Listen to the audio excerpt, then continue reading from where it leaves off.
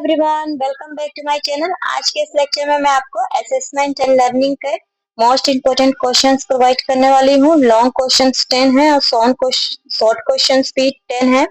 और long question को सिर्फ मैं ऐसे शॉर्ट में एक्सप्लेन करने वाली हूँ, समझाने वाली हूँ कि टॉपिक में है क्या। और शॉर्ट क्वेश्चन में मैं आपको आंसर प्रोवाइड कर दूंगी, वही आंसर लिख देना। लेकिन लॉन्ग क्वेश्चन में आपको 3 to 4 पेजेस आपको क्या करना है, भरना है एग्जाम में, ठीक है।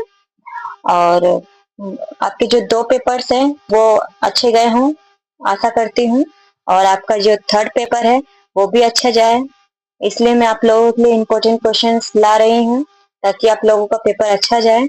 अगर आपका पेपर अच्छा जा रहा है तो प्लीज कमेंट में एक बार मुझे कमेंट करके बता दीजिए कि मैम पेपर बहुत अच्छा गया।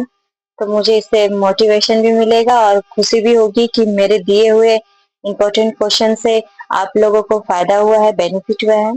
तो बिना देरी किए हम लोग चलते हैं टॉपिक की ओर। What is measurement, explain the measurement scales with illustration. ये क्वेश्चन है, ठीक है। ये क्वेश्चन आपको मैंने दिया है, फर्स्ट क्वेश्चन है ये मोस्ट इंपोर्टेंट क्वेश्चन है, इसे अच्छे से कर लेना। तो मेजरमेंट में होता क्या है और उसके स्केल्स कौन कौन से होते हैं, तो हम इसे सिंपल लैंग्वेज में समझेंगे। मेजरमेंट का मतलब होता है किसी स्टूडेंट्स की एबिलिटी या परफॉर्मेंस को नंबर देना। Measurement mean assigning number to a person's performance और एबिलिटी। किसी भी स्टूडेंट्स के जो परफॉर्मेंस, उसकी जो एबिलिटीज होती है उसको नंबर देना ही हम मेजरमेंट कहते हैं। अब मेजरमेंट के स्केल्स कितने हैं? 4 स्केल्स है। नॉमिनल स्केल्स आपको अगर शॉर्ट क्वेश्चन में पूछे जाए, ठीक है, टाइप्स ऑफ मतलब मेजरमेंट्स के टाइप्स लिखो तो आप ये 4 टाइप्स लिख देना। Nominal scales, ordinal scales, interval scales और रेशियो स्केल्स। नॉमिनल स्केल्स में हम सिर्फ क्या करते हैं, क्लासिफिकेशन करते हैं, जैसे जेंडर, ठीक है। और ऑर्डिनल स्केल्स में हम रैंकिंग देते हैं, जैसे कि फर्स्ट, सेकेंड, थर्ड, ठीक है। इंटरवल स्केल्स में हम क्या करते हैं, इसमें हम इक्वल गैप होता है, ठीक है। इसमें क्या होता है, इक्वल गैप होता है, जैसे कि टेम्परेचर। और रेशियो स्केल में इसमें 0 पॉइंट होता है, जैसे हाइट और वेट। ये हमारे क्या हो गए, मेजरमेंट। तो आपको मेजरमेंट समझ में आया हो। अगर आपको डीप में समझना हो तो मेरे प्लेलिस्ट में जाना, वहां पे मेजरमेंट एक्सप्लेन में समझाया, मतलब डिटेल में समझाया गया है, ठीक है, डिटेल में एक्सप्लेन किया गया है। और अगर थोड़ा वर्डिंग में मिस्टेक लगे तो प्लीज इग्नोर कर दीजिएगा, क्योंकि अभी मेरी तबीयत सही नहीं चल रही है, ठीक है। प्लीज थोड़ा समझिएगा। अगर मैं बार बार कोई भी वर्ड को रिपीट करूं या मिस्टेक से कोई वर्ड बोल दूं तो इसे इग्नोर कर दीजिएगा। चलते हैं सेकंड क्वेश्चन पर। Clarify the difference between measurement and evaluation. ये सेकंड मोस्ट इम्पोर्टेंट क्वेश्चन है। इस पे मैं इस टॉपिक पे मैंने वीडियो बनाया है, आप मेरे प्लेलिस्ट में जाकर इस टॉपिक पे क्वेश्चन देख सकते हैं, ठीक है। लॉन्ग में मैंने किया है, ये शॉर्ट में समझा रही हूँ कि क्या है ये, ठीक है। और बाकी अगर आपको लॉन्ग में चाहिए तो आप क्या कर सकते हैं, मेरे प्लेलिस्ट में जा सकते हैं, वहां पर आप जाकर इसकी डिफरेंस देख सकते हैं, ठीक है। तो मेजरमेंट, तो measurement gives numerical number. Measurement क्या होता है, नंबर देता है, सिर्फ क्या करता है, नंबर देता है। Evaluation gives judgement. Evaluation judgement देता है, ठीक है। Measurement is objective, evaluation is subjective. Evaluation subjective होता है और मेजरमेंट ऑब्जेक्टिव होता है। अगर स्टूडेंट को 80 मार्क्स मिले, ठीक है, एग्जाम्पल बता रही, अगर स्टूडेंट को 80 मार्क्स मिले, ये क्या हो गया, मेजरमेंट हो गया। लेकिन स्टूडेंट गुड है, ये क्या हो गया, इवेल्युएशन, ठीक है।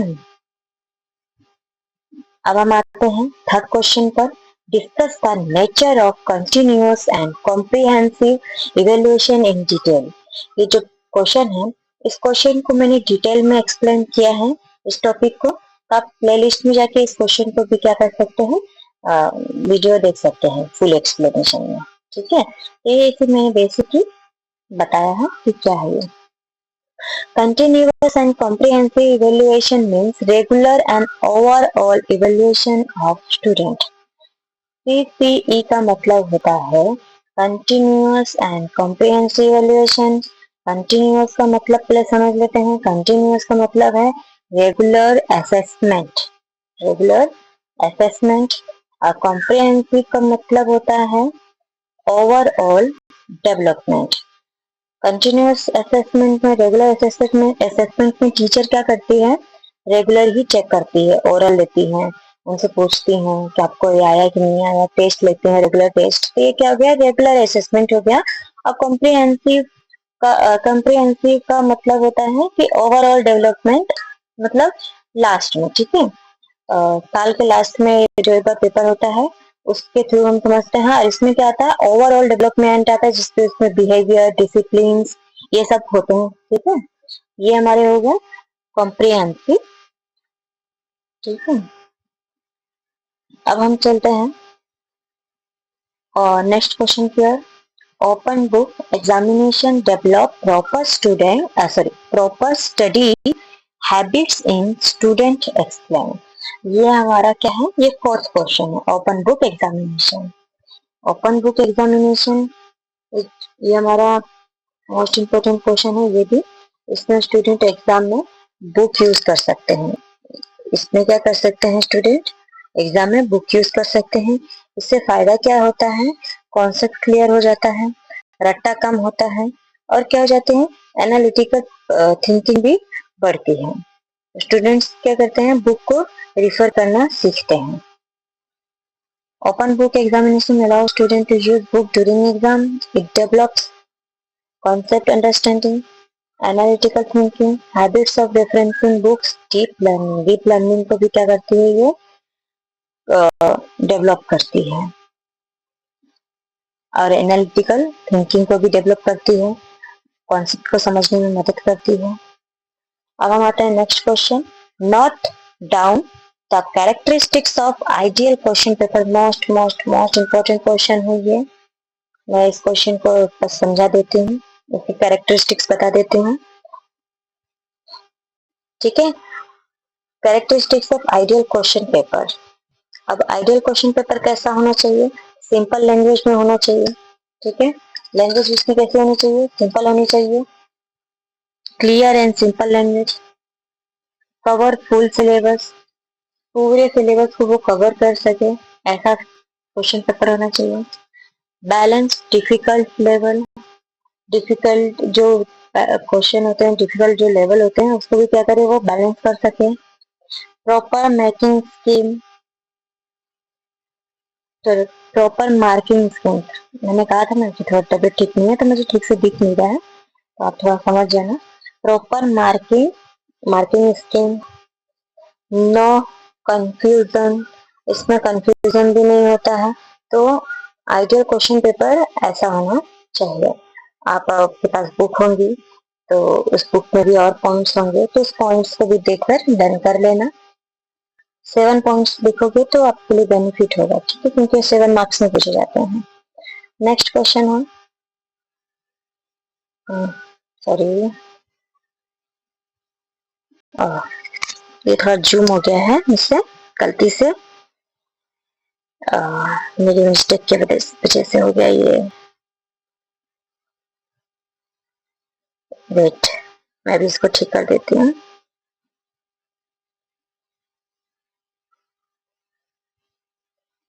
मिस्टेक हो गई थोड़ी, यहाँ पे कुछ प्रॉब्लम हो रही है।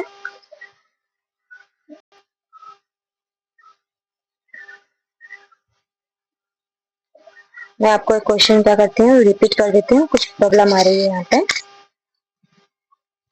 मैं आपको क्वेश्चन रिपीट कर देती हूँ, वेट फ्यू मिनट्स।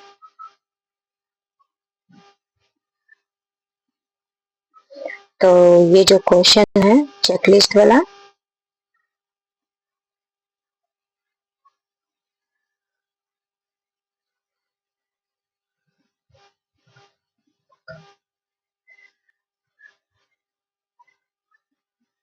वेट, मैं भी ये क्वेश्चन देती हूँ आपको। हाँ, क्वेश्चन देख लीजिए। Give a sample of the design of a checklist and state the points to be keep in mind while designing checklist. फिर से क्वेश्चन रिपीट कर दे रही हूँ, थोड़ा प्रॉब्लम आ गया पीपीटी में. Give a sample of the design of a checklist and state the points to be keep in mind while designing checklist. जब हम चेकलिस्ट क्या करते हैं, चेकलिस्ट डिजाइन करते हैं उसके सैंपल्स को, तो हम कौन सी मतलब पॉइंट्स को, कौन सी बातों को अपने माइंड में लेकर उसके हम प्रिपेयर करते हैं. ठीक है, आंसर है सैंपल चेकलिस्ट. आंसर क्या है? Sample checklist. दूसरा क्या है? Students participation, yes and no. Third है complete works, yes and no. फिर नेक्स्ट है points to remember, clear statement, simple format, objective judgement, relevant items. अब ये पूरा पॉइंट्स आप लिख सकते हो एग्जाम में, ये आपके लिए हेल्पफुल रहेगा. तो इसमें क्या है, स्टेटमेंट्स क्लियर होने चाहिए, सिंपल फॉर्मेट होनी चाहिए, और ऑब्जेक्टिव जजमेंट होनी चाहिए, और रेलिवेंट पॉइंट होने चाहिए. ये इसके पॉइंट्स हैं. ठीक है, इतनी बातों का ध्यान रख के, मतलब जो चेकलिस्ट होनी चाहिए वो सिंपल होनी चाहिए. सिंपल उसकी जो चेकलिस्ट की सिंपल होनी चाहिए, और फॉर्मेट उसका क्या करना चाहिए, सिंपल होना चाहिए फॉर्मेट उसका. क्लियर स्टेटमेंट होनी चाहिए, ऑब्जेक्टिव जजमेंट होनी चाहिए, relevant questions, relevant points, relevant items होने चाहिए. ये इसके पॉइंट्स हैं. नेक्स्ट आते हैं, नेक्स्ट क्वेश्चन है ऑनलाइन एग्जामिनेशन. ये क्वेश्चन है. ठीक है, ऑनलाइन एग्जामिनेशन के मेरिट और डिमेरिट है. ठीक है, थोड़े वहां पे हाइड हो गए हैं क्वेश्चन, आप थोड़ा समझ लेना. ये 2025 के पेपर्स के हैं. ठीक है, 2025 के जो पेपर हैं उसी के क्वेश्चन है ये. Online examination means exam conducted through internet. Online exam मतलब कहाँ, मतलब कैसे लिया जाता है? ऑनलाइन एग्जामिनेशन नेट की मदद से लिया जाता है. ठीक है, इंटरनेट की मदद से कंडक्ट किया जाता है. इसके मेरिट क्या है? टाइम बचता है, क्विक रिजल्ट आ जाता है, और ये फ्लेक्सिबल होता है. और इसके डिमेरिट क्या है? टेक्निकल इश्यू हो सकती हैं, कभी कभी नेटवर्क नहीं आता है, चीटिंग चांसेस हो सकते हैं, कुछ बच्चे बुक्स पास में लेके बैठे रहते हैं, इंटरनेट डिपेंडेंसी. ठीक है, इंटरनेट है तभी आप एग्जाम दे सकते हैं, नहीं तो नहीं दे सकते हैं, तो आप इंटरनेट पे डिपेंड हो सकते हैं. ये रहे. आप इसमें और पॉइंट्स ऐड कर सकते हैं, क्योंकि 7 मार्क्स में लिखना है. ये तो मैंने सिंपल में सिर्फ एक्सप्लेन किया है क्वेश्चन को. ठीक है, आप क्या करना, उसके अंदर और पॉइंट्स ऐड कर देना, ऑनलाइन एग्जामिनेशन को और अच्छे से एक्सप्लेन कर देना. पहले आप क्या करना, इंट्रोडक्शन लिखना, फिर उसके बाद उसके मीनिंग, फिर उसके बाद मैरिट. फिर मैरिट को क्या करना, उसके पॉइंट्स लिख के अच्छे से एक्सप्लेन कर देना. फिर उसके बाद आप उसके डिमेरिट्स के पॉइंट्स लिखना, पॉइंट्स लिखने के बाद उसके पॉइंट्स को एक्सप्लेन कर देना. इससे आपके क्या होंगे, 7 मार्क्स अच्छे से मिलेंगे, और 3-2 पेजेस सबके क्या हो जाएंगे, और भर भी जाएंगे अच्छे से. नेक्स्ट आते हैं, discuss about steps of educational evaluation. Educational evaluation, इसके स्टेप पूछ रहा है. ठीक है, define objectives, select tools, collect data, analyze result, give feedback. पहले आपको क्या करना है, ऑब्जेक्टिव सिलेक्ट करना है. ठीक है, आपको पहले जानना होगा कि आपका ऑब्जेक्टिव क्या है. ऑब्जेक्टिव सेट करो पहले आप. ठीक है, फिर उसके बाद आप टूल्स को सिलेक्ट करो. ठीक है, फिर उसके बाद आप डाटा कलेक्ट करो. डाटा कलेक्ट करने के बाद फिर आप क्या करोगे, रिजल्ट को एनालाइज करोगे. फिर रिजल्ट को एनालाइज करने के बाद फिर आप क्या करोगे, फीडबैक दोगे. ये क्या हो गए, इसके स्टेप्स हो गए. तो इसके स्टेप्स के पॉइंट्स लर्न कर लेना. आपके बुक्स में एक्स्ट्रा हैं तो उस बुक को अकॉर्डिंग करना. ठीक है, नेक्स्ट है, what is rating scales, give an example of rating scales. Rating scales is used to measure performance level. इसका यूज किया जाता है परफॉर्मेंस लेवल को मेजर करने के लिए, ठीक है।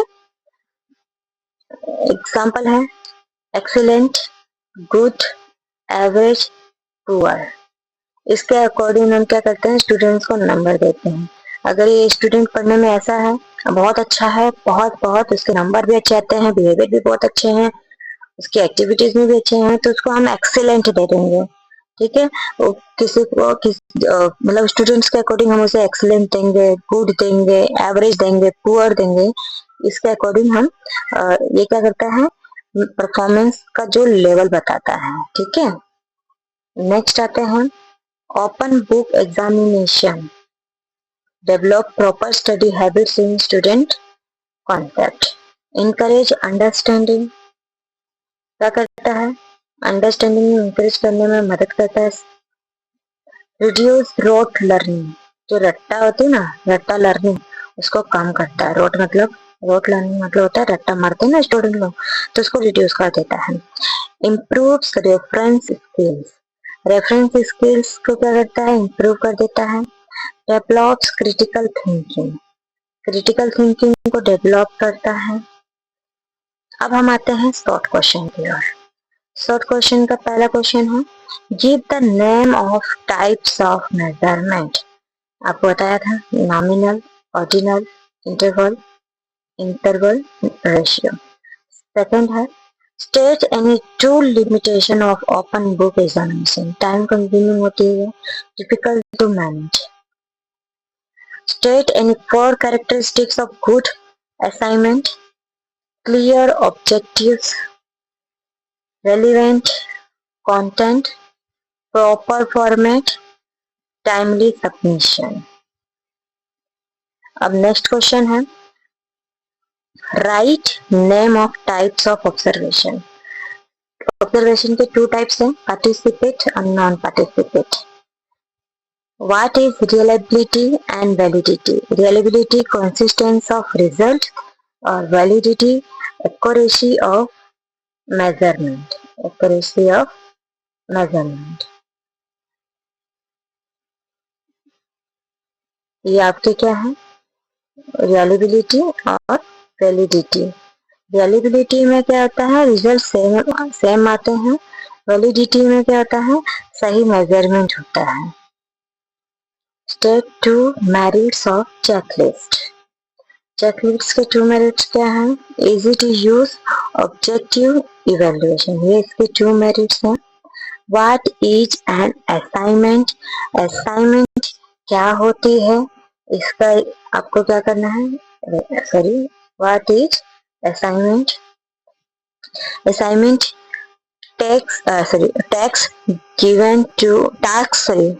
Task given to students for practice and learning.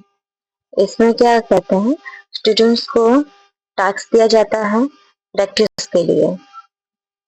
Assignment का मतलब क्या होता है, स्टूडेंट्स को ऐसा कोई टास्क दिया जाता है जिससे उनका प्रैक्टिस हो कर सके, ठीक है।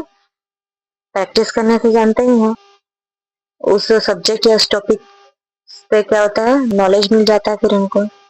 नेक्स्ट आते हैं, who gave concept of CBSE में दिया, ठीक है। Format, valuation and conceptual evaluation. Difference, okay, वहां पे ऊपर क्वेश्चन मिट गया है, difference between formative evaluation and conceptual evaluation. Formative में इसके लॉन्ग मैंने समझाया है, फॉर्मेटिव और समेटिव। ये मैंने हमारे जो शॉर्ट्स हैं, आप शॉर्ट्स में जाके देख सकते हैं, इसको मैंने फुल डिटेल में समझाया है। लर्निंग, ठीक है, फॉर्मेटिव मतलब लर्निंग के दौरान होता है ये, और समेटिव एंड में होता है, आफ्टर लर्निंग। फॉर्मेटिव इवैल्यूएशन का मतलब होता है कि टीचर क्या करती है, क्लास में ही क्या कर लेती है, इवैल्यूएशन कर लेती है, स्टूडेंट को पूछ लेती है कि आपको आया कि नहीं आया, ये समझ में आया कि नहीं आया, वहीं पे ही टेस्ट ले लेंगी, ओरल ले लेंगी, ठीक है। और समेटिव मतलब आफ्टर लर्निंग, लर्निंग के बाद, एंड में। Which information about student are recorded in the progress report? Which information about students, ये हमारा 10 क्वेश्चन है. Which is information about student are recorded in the progress report? तो ये रहा हमारे 4 पॉइंट.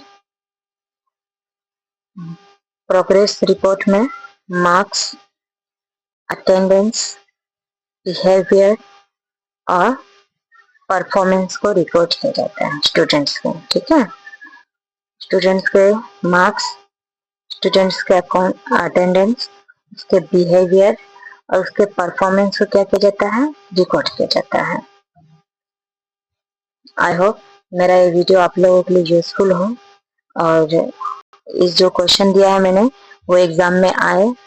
प्लीज लाइक करना ना भूलें. अगर मेरे दिए हुए क्वेश्चंस एग्जाम में आ रहे हैं तो प्लीज मुझे कमेंट में करके बताइए कि मैम हाँ आपके दिए हुए क्वेश्चन एग्जाम में आ रहे हैं. तो मुझे थोड़ा अच्छा लगेगा कि मेरे दिए हुए क्वेश्चंस एग्जाम में आ रहे हैं. और अगर कोई पॉइंट समझ में ना आए या फिर आपको सम्स चाहिए असेसमेंट के सॉल्व या फिर आपको अकाउंट के सॉल्व क्वेश्चंस, अकाउंट के सॉल्व आंसर चाहिए क्वेश्चंस को, तो मैं उस पर भी वीडियो बना दूंगी. लेकिन आप मुझे कमेंट में कहेंगे तब मैं आपको उस टॉपिक पर वीडियो बनाकर दूंगी. Thank you.